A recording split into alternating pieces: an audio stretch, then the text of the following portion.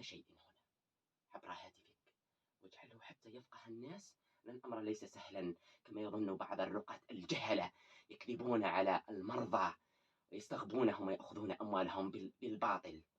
والله الذي لا إله إلا هو أني أعرفهم وملفاتهم أمامي، ولكن الله سيحاسبهم. الله سيقفون أمام الله، يدخلون في هذا العلم وهو ليس بابهم، ليس بابهم. هم لا يعرفون الأبالسة، لا يعرفون شيئا عن الموروث، ولا يعرفون عن ذهبت إلى التوراة. الرقاد. سأقول لك أمرا، أريد أن أقول لك أمرا. الكثير يجد سحر، تجد بعض الناس تجد سحر ويقول لك إني وجدت السحر، شفيت. أغبياء لم يشفوا. ليس شرطا أن تجد السحر معناه أنك شفيت. نعم أكيد. الشيطان داخل البدن موكل، يضعف نعم بفك السحر، ولكن قد يصبح عاشقا للبدن. ليس شرطا. هم يقولون أخرجنا الجن، أخرجناهم. هم سأقول لك سرا، أنت الوحيد الذي سأقول لك. لا يملكون القوة علينا، سواء مسلمون أو كافرون. قوتك في إيمانك وفي القرآن. أناظرهم بالحجة، ليس على الجن والشياطين أي ملك لكم. أنتم حباكم الله بالقرآن، أعطاكم قوة. بالقرآن تصلون إلى الشياطين وتهلكونهم. ما يقول أن أخرجته، سأقول لك إنهم يوهمون الناس أنها شفيت، وهي خطط من الشيطان. بدون أقول لك إنهم يتصلون مباشرة بهم، وأنت تفهم هذا جيدا. لديهم اتصالات مباشرة ويخططون، يقول لهم أوهموا الناس إنهم شفيوا، هم يتعذبون ويتألمون. والله لا يملكون علما. وأنا قلت لك أنت لا حول ولا قوة إلا بالله. حباك الله بقوة، وندعو لك وساعدتنا وساعدته، سيجازيك الله. آمين.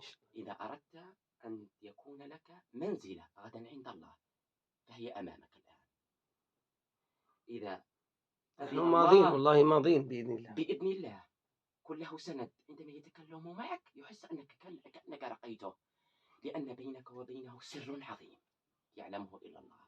أنا شخصيا لا أعلم. صلى الله تعالى أن يشفيك بإذن الله. هو بينك وبينه سر عظيم الله يعلمه. نحن نكمل إن شاء الله البرنامج. ويحبك كثيرا، وبفضل الله إنها من أقوى وأخطر العقد، لن يستطيع أحدا الوصول إليها. هو يأتي ويقرأ القرآن ويحاول أن يفكها، وأنا أقول له إنها ليست سهلة، إنها تفك عند الشيخ نوح. الحمد لله ليست سهلة. هذا بفضل الله تعالى. هو لا يعلم أني أفك عليه عقد ليست بشرط أنها تخرج، ولكن هذه من أقواها وأخطرها. أنا أحيانا أفك عليه عقد من خارج البدن، لأنهم يجعلون عقد على الجلد، على الجسد، من خارج الجسد من داخل البدن، حتى يضعفوا الهالة. وفكناه كانت من أخطر العقد، لأنهم يحضرون. دخلت الأشهر الحرم، رجب، شعبان، رمضان، هم يجددون حتى يتحصنون ويبقون داخل الحصون. هم يحلمون ويوهمون. والله الذي لا إله إلا هو أنه سيأتي النصر، أنه سيأتي الشفاء بإذن الله، وهذا ابتلاء. وتشرفنا بمعرفتك، والحمد لله الذي هدانا الله إليك وأسلمنا هنا. هم يعلمون وأصلنا لهم الرسالة، وكانت هذه. وأتحداهم اليوم وغدا بإذن الله، ثابتون مرابطون بإذن الله، بإذن المولى عز وجل. وسنهدي لك هدية. تمعن معي جيدا وانظر إلي.